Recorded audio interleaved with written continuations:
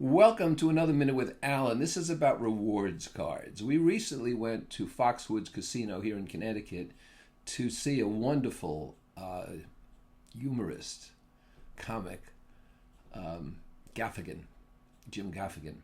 I had not known him. My son got us this as a present. I think it was for Mother's Day for my wife, and she couldn't help but take me with her.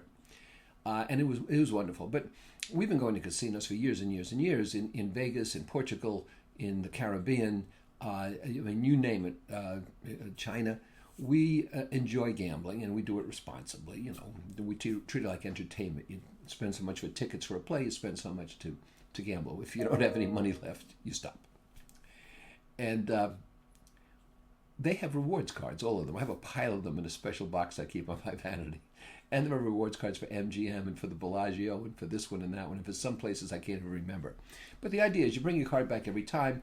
They give you credit. The pit boss will take it, give you credit when you play. And if you get enough credits, they buy you a free dinner, sometimes give you a free room, give you an excellent seat in the theater when they have a special act in town and so forth. And so, again, if you gamble responsibly and you're not addicted to this stuff, it's kind of nice.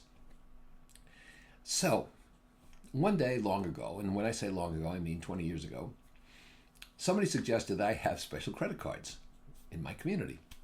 And as usual, I whined and I said that would never work, that's stupid. And then I thought about it and said, well, maybe.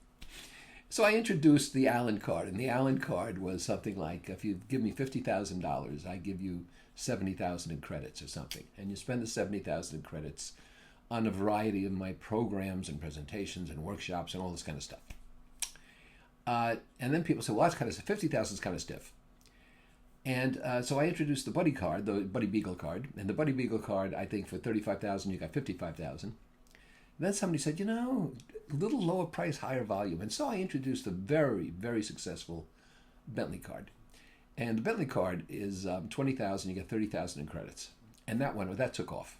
That, people could put that on their personal credit card. And you had this stuff in the bank with me. And then, subsequent to that, somebody said, you got to go higher. So after my usual whining, I introduced the Rolls card. And the Rolls card is $100,000. And you get 5 years of everything I do, as much as you want or as little as you want, including coaching. 5 years, $100,000. I remember one person who had a succession of Bentley cards, talked it over with her husband, and she said, we'd be fools not to do this. Well, that's what I want. Now, we're talking a serious 7-figure business here. And what I learned was that when you make these kinds of offers, sort of in-house special offer, thanks for visiting the casino so often, except with me, there's no risk, you don't lose. It works out pretty damn well. So what can you do to reward your clients? I'll tell you this. It's okay to give them discounts if they pay up front, but don't give them discounts just for being there, because then they're going to expect that to continue and to get larger and larger over time. Do special things for them. Give them special opportunities.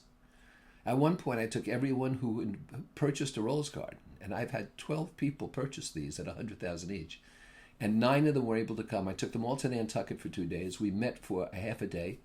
All the expenses were on me. I lodged them in a great place.